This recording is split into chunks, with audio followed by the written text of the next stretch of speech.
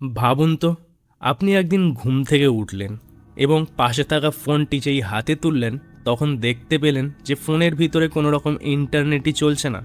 ফোনের মধ্যে না আছে কোনো ইউটিউব, না আছে ফেসবুক, না আছে গুগল।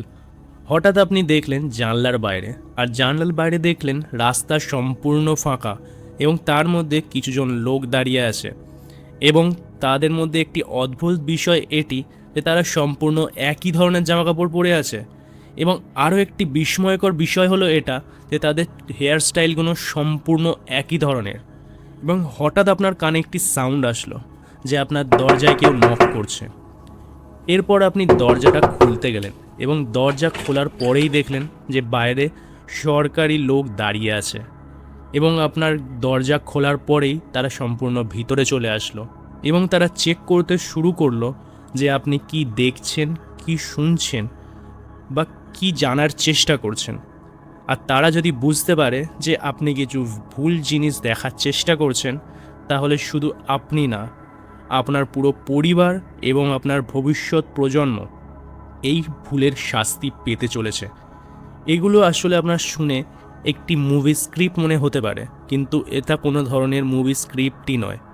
এটা হলো পৃথিবীর এমন একটা দেশ যেখানে মানুষের জীবন সম্পূর্ণ এই ধরনের। সেই দেশটির নাম হলো নর্থ কোরিয়া।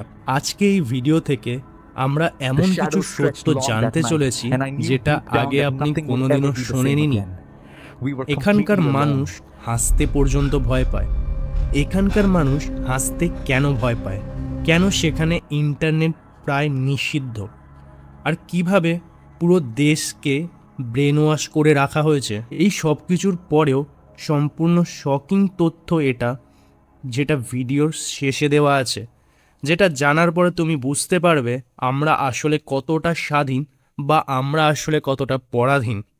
এই ভিডিওটা একদম শেষ পর্যন্ত দেখুন, কারণ আপনি যতই ভিডিওটা শেষ পর্যন্ত দেখবেন তত আপনি অবাক হতে থাকবেন।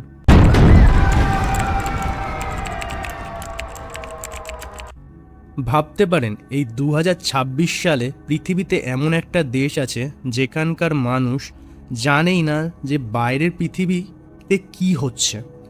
নর্থ কোরিয়া যেন একটা টাইম ক্যাপসুল, যেখানে সময় সম্পূর্ণ থেমে গেছে। এখানে সাধারণ মানুষ ভাবে আমেরিকা তাদের শত্রু এবং তাদের নেতা হচ্ছে সব কিছু জানে, আর পৃথিবীর সবচেয়ে সুখী মানুষ হলো তারা। কিন্তু বাস্তবটা সম্পূর্ণ আলাদা।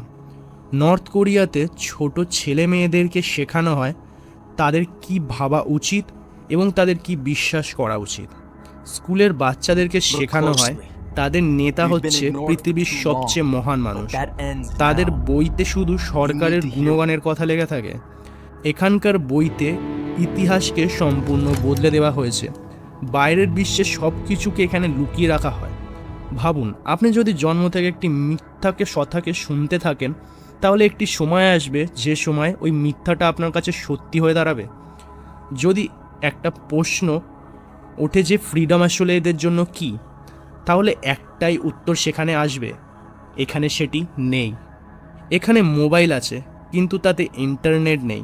এখানে বিদেশি সিনেমা দেখা ইনলিগাল এবং তাদের সাথে নিজের মতামত প্রকাশ করা বিপজ্জনক। এমনকি আপনি কোথায় যাচ্ছেন সেটাও আপনাকে সরকার ঠিক করে দেবে। দেশ থেকে পালানোর চেষ্টা করলে তার শাস্তি হচ্ছে খুবই ভয়ঙ্কর। এখানকার পানিশমেন্ট সিস্টেম খুবই ভয়ঙ্কর। 3 জেনারেশন পানিশমেন্ট। এর মানে আপনি যে ভুলটা করবে সেই ভুলটা আপনার পরিবার তো অবশ্যই পাবে তার শাস্তি, এবং তার সাথে আপনার পরবর্তী 3rd জেনারেশন পর্যন্ত সেই শাস্তি পাবে। এখানে শাস্তি হচ্ছে লেবার ক্যাম্প, ফোর্স ওয়ার্ক এবং কঠোর নিয়ম। এটা শুধু শাস্তি না, এটা পুরো একটা ভয়ঙ্কর সিস্টেম। এখানে প্রতিটা বাড়িতে একটা জিনিস তুমি খুব কমন দেখবে, প্রতিটা বাড়িতে থাকবে নেতার ছবি এবং সেটিকে প্রতিদিন আপনাকে সম্মান জানাতে হবে। এখানে এটি কম্পালসারি। এখানে বিরোধিতার একটাই মানে বিপদ, যেটা এখানে ডেইলি লাইফে নিত্য সঙ্গী। সেটা হচ্ছে electricity problem, food storage, transport limited এবং প্রাইভেট কার খুবই রেয়ার।